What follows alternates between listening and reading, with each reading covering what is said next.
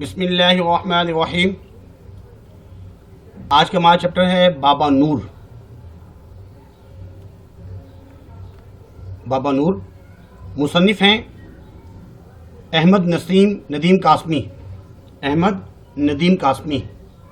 احمد شاہ کے نام سے مشہور ہیں اور مجھے ماخوذ ہے بازار حیات، ان کی کتاب بازار حیات اس سے ماخوذ ہے۔ انشاءاللہ العزیز مکمل مشقی سوالات پڑھیں گے۔ اس میں جو نیو بک آئی ہے گلزار اردو، اس میں سے ایک افسانہ ہے، یہ ایک ڈرامہ ہے۔ اس کو اگر شروع سے آخر تک اگر آپ سنیں گے تو اس کا خلاصہ بھی سمجھ میں آ جائے گا، اس کے اقتباسات کی تشریح بھی سمجھ میں آ جائے گی، اور اگر ایم سی کیوز وغیرہ اس میں سے اگر آتے بھی ہیں ایم سی کیوز بھی سمجھ میں آئیں گے، کیونکہ اینڈ میں ہم اس کے ایم سی کیوز بھی آپ کو سمجھائیں گے۔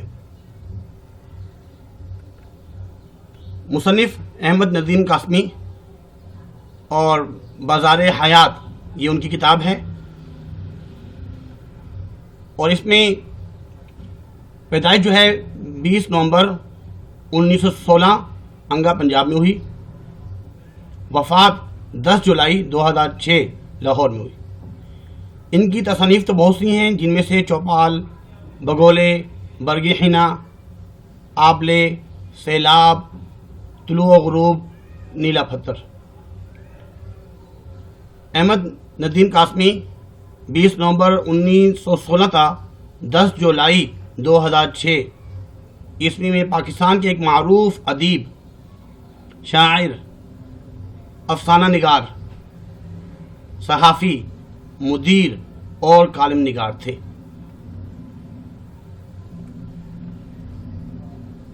افسانہ اور شاعری میں شہرت حاصل پائی، ترقی پسند تحریک سے وابستہ نمایاں مصنفین میں شمار ہوتا ہے، اور اسی وجہ سے 2 مرتبہ گرفتار کیے گئے۔ قاسمی صاحب نے طویل عمر پائی اور لگ بھگ 90 سال کی عمر میں انہوں نے 50 سال سے زائد کتابیں تصنیف کی۔ بابا نور ایک افسانہ از احمد ندیم قاسمی۔ ایک چھوٹا سا بچہ ہے، پوچھتا ہے بابا نور کہاں چلے بابا نور؟ ایک بچے نے پوچھا، بس بھائی یہیں ذرا ڈاکخانے تک۔ بابا نور بڑی ذمہ دارانہ سنجیدگی سے جواب دے کر آگے نکل گیا۔ اس کے بعد اور بھی 7 ان کے بچے تھے، وہ سب بچے کھلکھلا کر ہنس پڑے، کیونکہ اکثر جو ہے 10 سال کے لگ بھگ وہ چاہتے ہیں اور یہ روزانہ ڈاکخانے جاتے ہیں۔ جب یہ ہنسے تو مولوی قدرت اللہ صاحب جو ہے وہ ساتھ ہی چپ چاپ کھڑے تھے اور بابا نور کو دیکھ رہے تھے۔ انہوں نے بچوں سے کہا کہ ہنسو نہیں، ایسی باتوں پر ہنسا نہیں کرتے، اللہ تعالیٰ کی ذات بے پرواہ ہے۔ بچے خاموش ہو گئے۔ جب مولوی قدرت اللہ چلا گیا تو ایک بار پھر سب کھلکھلا کر ہنس پڑے۔ بابا نور نے مسجد کے محراب کے پاس رک کر جوتا اتارا، ننگے پاؤں آگے بڑھ کر محراب پر دونوں ہاتھ رکھے اور اسے ہونٹوں سے چوما۔ مسجد میں یہ نماز وغیرہ پڑھی، پھر اسے باری باری دونوں آنکھوں سے لگایا جسے چومتے ہیں۔ الٹے قدموں واپس ہو کر جوتے پہنے اور جانے لگے۔ بچے یوں ادھر ادھر کی گلیوں میں کھسکنے لگے جیسے ایک دوسرے سے شرما رہے ہوں۔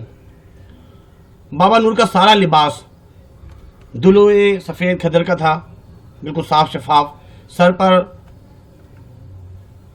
کھدر کی ٹوپی جو سر کے بالوں کی سفیدی سے گردن تک چڑھی ہوئی تھی، لمبی سی ٹوپی تھی۔ اس کی سفید داڑھی کے بال تازہ کنگھی کی وجہ سے خاص ترتیب سے سینے پر پھیلے ہوئے تھے۔ گورے رنگ میں زردی نمایاں تھی، چھوٹی چھوٹی آنکھیں، آنکھوں کی پتلیاں اتنی سیاہ تھی کہ بالکل مصنوعی معلوم ہوتی۔ لباس، بالوں اور جلد کی اتنی بہت سی سفیدی میں یہ 2 کالے بھورا نقطے بہت اجنبی سے لگتے، لیکن یہ اجنبیت بابا نور کے چہرے پر بچپنے کی سی کیفیت طاری رکھتی تھی. اس کے کندھے پر سفید کھدر کا ایک رومال تھا جو لوگوں کے ہجوم سے لے کر مسجد کی محراب تک 3-4 بار کندھا بدل چکا تھا. کبھی دائیں کندھے میں اور کبھی بائیں کندھے پہ اس طرح رکھتے تھے. ڈاکخانے چلے بابا نور اس طریقے سے جا رہے تھے تو ایک دکاندار نے ان سے پوچھا, ڈاکخانے چلے بابا نور؟ ہاں بیٹا. تو آگے سے بابا نور کہتے جیتے رہو. بابا نور نے جواب دیا. قریب ہی ایک بچہ کھڑا تھا, اس نے جو ہے تالی بھی جو ہے بجا کر چلایا اور آہا بابا نور آ رہے ہیں. انہوں نے پلٹ کر جو ہے نا ان کو ڈانٹا بھی, کیوں ہنس رہے ہو؟ ٹھیک ہی تو کہتا ہے, ڈاکخانے ہی تو جا رہا ہوں. دور دور سے دوڑ دوڑ کر آتے ہوئے بچے بے اختیار ہنسنے لگے اور بابا نور کے پیچھے ایک جلوس مرتب ہونے لگا, مگر آس پاس سے نوجوان لپک کر آئے اور بچوں کو گلیوں میں بکھیر دیا. دکان میں ان کے ایک اور دوست جو ہے ان سے کہہ رہے ہیں کہ بابا نور جو ہے نا بظاہر ایسے نظر آ رہے ہیں, لیکن انہوں نے جو آپ کا جو اسکول ہے مڈل اسکول رحمت اللہ مڈل اسکول جو ہے وہ بابا نور ہی کا ہے, ان کی ملکیت ہے. انہوں نے نیچے تقریباً 10-11 کمرے ہیں, وہ اسکول کے لیے وقف کیا ہوا ہے اور بہت سے بچے اس سے تعلیم حاصل کر رہے ہیں. اور جو ان کی اپنی کتابیں تھی انہوں نے وہ بھی جو ہے اسکول کے لیے وقف کر دی. یہ ان کا بیٹا ہے رحمت اللہ, جب چھوٹا تھا تو اپنے بیٹے سے کہتے ہیں کہ جب تم اگلے سال جو ہے دوسرے شہر نہیں جاؤ گے, اسی سال جو ہے اگلے سال تم اسی اسکول میں پڑھو گے. اس طریقے سے انہوں نے خدمات بھی بہت سی انجام دیں بابا نور نے. بابا نور اب گاؤں سے نکل کر کھیتوں میں پہنچ گیا تھا. اس طریقے سے اس بچے نے تعلیم بجائی تھی اور پنگ ڈڈی میں مینڈ جاتی ہوئی اچانک ہرے بھرے کھیتوں میں اترتی. اس طریقے سے جو ہے پنگ ڈنڈی سے ہوتے ہوئے کھیتوں کی طرف جا رہے ہیں تو بابا نور کی رفتار میں بہت کمی آ جاتی ہے. وہ گندم کی نازک پودوں سے پاؤں, ہاتھ اور چولے کا دامن بچاتا ہوا چلتا ہے. ایسے ہی ایک لڑکی اس کو جو نظر آتی ہیں جو بڑی صفائی سے درانتی سے گھاس کاٹ رہی تھی. مجال ہے کہ جو کسی پودے پر خراش آئے, بڑی احتیاط سے گھاس کو کاٹنا, اور پیچھے جو ہے انہوں نے اپنا دوپٹہ وغیرہ ہوتا ہے, چادر سی ہوتی ہے, اس میں گھاس کو جو ہے ڈالنا بڑی صفائی کے ساتھ. بابا نور دیکھتے ہیں اور ان کو بڑی حیرت ہوتی ہے کہ وہ گھاس کی دستی کاٹ کے ہاتھ پیچھے لے جاتی ہے اور گھاس پیٹ پر لٹکی گٹھی پر ڈال کر پھر درانتی چلانے لگتی ہے. بھائی کمال ہے. بابا نور نے دور ہی سے کسانوں کو مخاطب کیا, جو کسان حقہ وغیرہ پی رہے تھے, تو ان کے پاس گئے, وہی چپے چپے پر گندم ہے اور پودے بھی اگ رہے ہیں اور کتنی احتیاط سے یہ درانتی چلا رہی ہے, یہ کس کی بیٹی ہے؟ تو ایک نے کہا کس کی بیٹی ہو سکتی ہے, بڑی سیانی ہیں, بڑی اچھی کسان ہیں, خدا حیاتی لمبی کرے, لمبی زندگی کرے. آج کہاں چلے بابا؟ لڑکی کے باپ نے پوچھا. ڈاکخانے.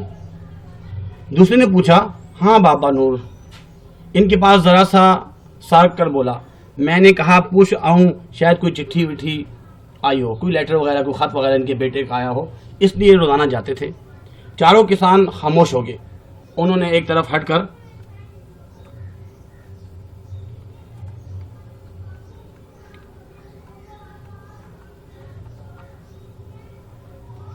جو ہے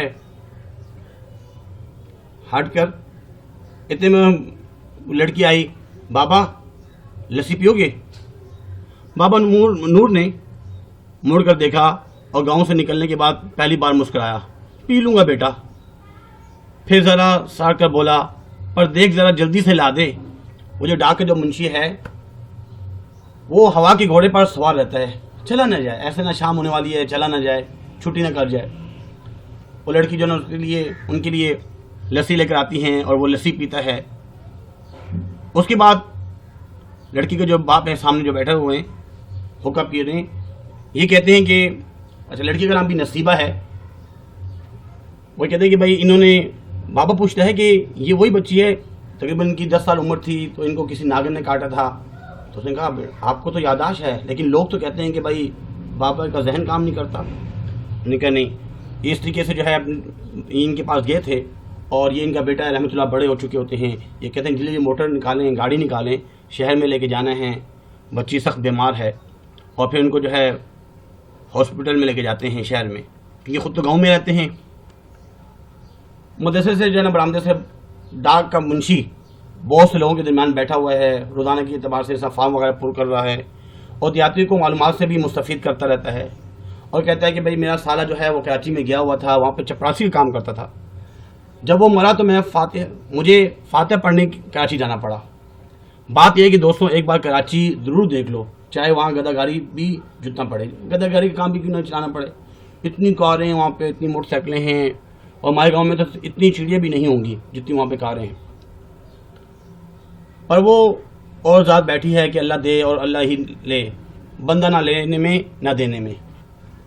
اس طریقے سے واپس ہم بات چیت کر رہے ہیں. اب جو ہے بابا پہنچتا ہے، بابا دور سے ہی کہتا ہے، دور سے بابے کو دیکھ کے پریشان تو ہو جاتے ہیں کہ بابا آ رہا ہے، اور یہ جو ہے پھر وہ چٹھی کے بارے میں پوچھے گا کہ میری چٹھی آئی یا نہیں آئی. یہ اپنے اس دوست کو کہتا ہے کہ 10 سال پہلے ان کا بیٹا وہ تو مر چکا تھا.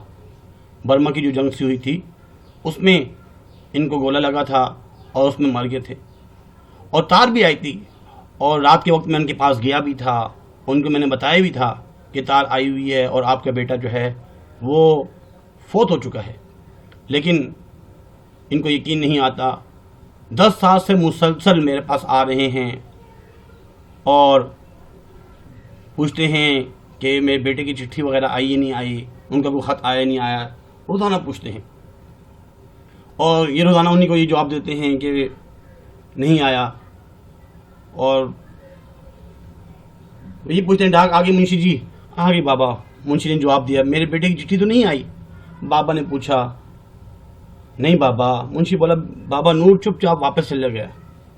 ایسے ہی جو ہے دور سے جو ہے جاتے ہیں، پگڈنڈی سے نظر آ رہے ہوتے ہیں، ایسے جا رہے ہوتے ہیں. اور بعد میں جو ہے اس میں خبر تھی، وہ بتاتے ہیں کہ بھائی اپنے دوست کو بتاتا ہے کہ بیچارے کو یہ یاد بھی ہی نہیں رہا کہ سرکار کی وہ چٹھی بھی تو میں نے ہی اس کو پڑھ کے سنائی تھی. اس میں خبر تھی کہ بابا کا بیٹا برما میں بم کے گولے کا شکار ہو چکا ہے. جب سے وہ پاگل سا ہو گیا ہے. مگر خدا کی قسم ہے دوستوں، اگر آج کے بعد وہ پھر اگر یہی پوچھنے آیا کہ میرے بیٹے کی چٹھی آئی یا نہیں آئی تو مجھے بھی پاگل کر جائے گا. خود تو پاگل ہوا ہے، کیونکہ اس کو ابھی تک یقین ہے کہ میرا بیٹا آئے گا. روزانہ جو ہے 10 سال سے آ رہا ہے کہ میرے بیٹے کی کوئی چٹھی وٹھی آئی یا نہیں آئی، کوئی لیٹر آیا نہیں آیا، کوئی خط آیا نہیں آیا. تو یہ جو ڈاک کا منشی ہے یہ پریشان ہوتا ہے کہ روزانہ پوچھنے آتا ہے بابا نور، اور خود تو پاگل ہو ہی چکا ہے اور مجھے بھی پاگل کر دے گا. اس کے بعد اس کے کچھ سوالات ہیں. بابا نور ڈاک خانے کے چکر کیوں لگاتا تھا؟ اسے اس چیز کا یقین تھا کہ ہو سکتا ہے اس کے بیٹے کا کوئی چٹھی وٹھی آئی ہو، کوئی خط آیا ہو، تو وہ اس لیے چکر لگاتا تھا کہ جا کے وہ لے لے. اور کب وہ واپس گاؤں میں آ رہا ہے اس کا بیٹا. بابا نور نے کھیت میں کام کرتی ہوئی لڑکی کی کیوں تعریف کی تھی؟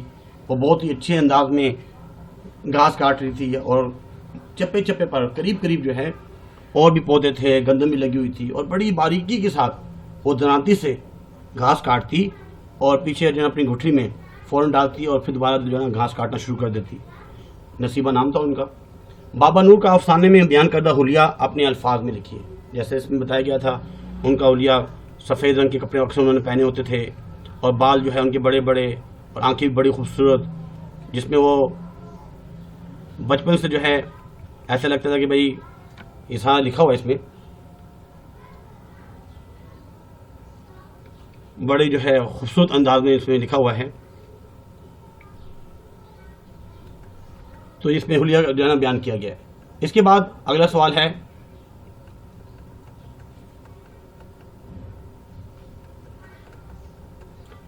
یہ ہے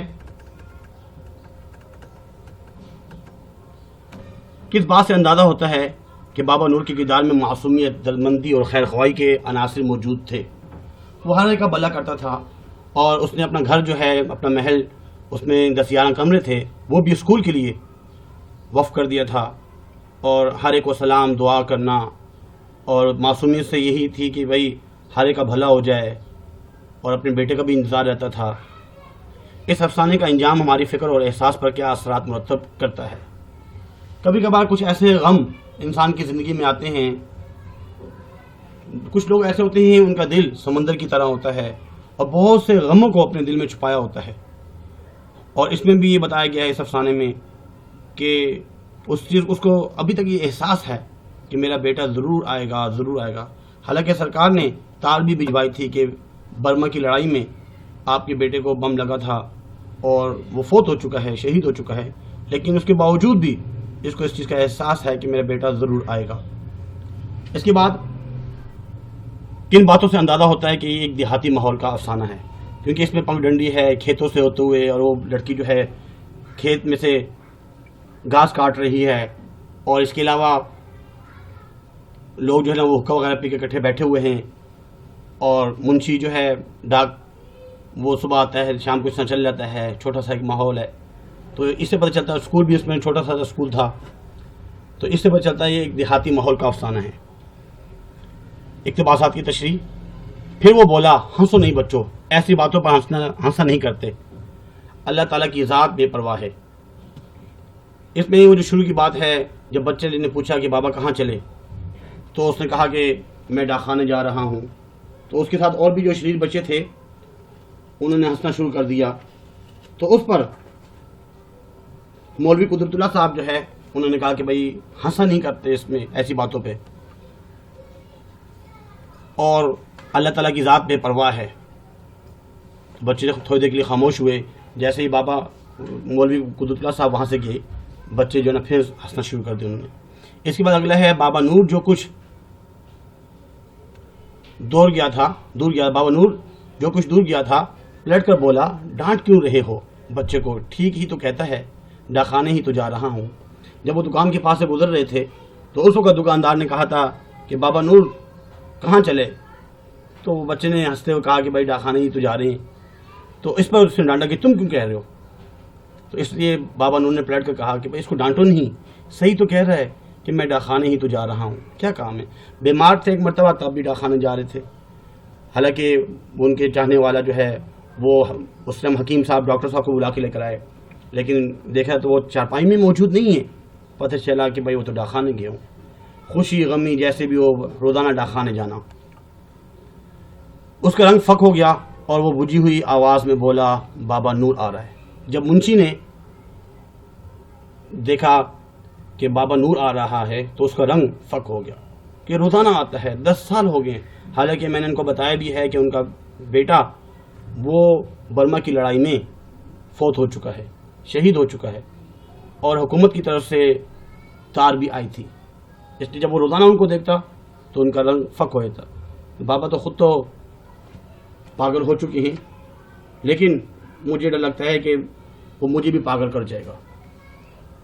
اس کے بعد افسانے کا خلاصہ کوئی مشکل نہیں ہے، مرکزی خیال بھی کہ اس کے بعد ہے ایک کہانی سے اس طرح بنائی جا سکتی ہے، واحد الفاظ کیفیات، مساجد اور کمالات، مدارس، اقدام، یہ اس کی جو ہے نا جمع تھیں۔ جملے جو ہے اجنبیت، کبھی بھی اجنبی شخص سے جس کی اجنبیت ظاہر ہو رہی ہو اس سے کچھ چیز لے کر کھانا نہیں چاہیے۔ پنجاب میں اکثر لوگ پگ ڈنڈی پر چلتے ہوئے جب کھیت پر ہوتے تو کھیتوں کے اندر سے نہیں گزرتے بلکہ پگ ڈنڈی سے گزرتے ہیں۔ انسان کو ہمیشہ اپنا دامن بچاتے ہوئے زندگی گزارنی چاہیے۔ زخم سہلانا، بابا جو ہے روزانہ اپنے زخم کو سہلانے کے لیے ڈاک خانے جاتے اور پوچھتے کہ میرے بیٹے کی چٹھی آئی ہے یا نہیں۔ دم بخود، میں دم بخود رہ گیا جب مجھے پتہ چلا کہ میرا بھائی وہ بورڈ میں فرسٹ آیا ہے۔ رنگ فک ہونا، منشی کا ہمیشہ رنگ فک ہو جاتا تھا جب وہ بابا نور کو آتا ہوا دیکھتا۔ نصیب والی، مقدر والی ایک کسان کی بیٹی جس کو 10 سال کی عمر میں تقریباً ایک ناگ نے ڈھنسا تھا، کھیتوں میں بہت ہی خوش اسلوبی سے اور بہت اچھے طریقے سے گھاس کاٹ رہی تھی۔ مستفید ہونا، ہمیں علم سے مستفید ہونا چاہیے، اچھی اچھی باتوں سے مستفید ہونا چاہیے۔ سرگوشیاں، بہت سے لوگ بابا نور کے بارے میں سرگوشیاں کر رہے تھے۔ ہوا کے گھوڑے پر سوار رہنا، بابا نور جلدی کر رہا تھا لسی پیتے ہوئے، ایسا نہ ہو ڈاک خانے کا جو منشی ہے وہ چلا نہ جائے، وہ تو ہوا کے گھوڑے پر سوار رہتا ہے اور ہمیشہ اس کو جلدی ہوتی ہے جانے کی۔ اس کے بعد دوست جوابات، بابا نور 10 سال سے جاتا تھا، کہاں جاتا تھا؟ بابا نور جو ہے 10 سال سے وہ ڈاک خانے جاتا تھا۔ سفید کھدر کا رومال تھا بابا نور کے کندھے پر جو ہے سفید کھدر کا رومال سا تھا۔ لڑکی گندم کے کھیت میں گھاس کاٹ رہی تھی، لیکن جب سبق پڑھ لیا تو اب اس کے لیے MCQ جیسے بھی آ جائیں سمجھنے میں آسانی ہوتی ہے۔ لڑکی نے بابا نور کے لیے کٹورا بھرا، کس چیز کا؟ لسی کا۔ بابا نور احمد ندیم قاسمی کا تحریر کردہ ایک افسانہ ہے۔ امید کرتے ہیں کہ آج کا لیکچر آپ کو سمجھ میں آیا ہوگا، اور اس کو آگے بھی شیئر کیجئے، لائک بھی کیجئے، کمنٹس لازمی کیا کریں تاکہ پتہ چلے کہ بھائی آپ کو اس میں کیا پرابلم ہے، سمجھ میں آ رہی ہے نہیں آ رہی۔ اور اس کے علاوہ اگر چینل سبسکرائب نہیں کیا تو لازمی سبسکرائب کیجئے تاکہ وقتاً فوقتاً آپ کو ہماری ویڈیو ملتی رہیں۔ ایسے ہی فرسٹ ایئر میں جو اسلامیات ہے اس کی بھی تمام لیکچر جو ہیں وہ اس کی ڈسکرپشن میں موجود ہیں، اور اس میں جتنے بھی ہم نے ویڈیو اپلوڈ کر دی ہیں ڈسکرپشن میں اس کے لنکس موجود ہیں، وہاں سے بھی دیکھے جا سکتے ہیں۔ آج کے لیے اتنا ہی کافی ہے، اپنا خیال رکھیے گا، اللہ حافظ۔ وما علینا الا البلاغ المبین۔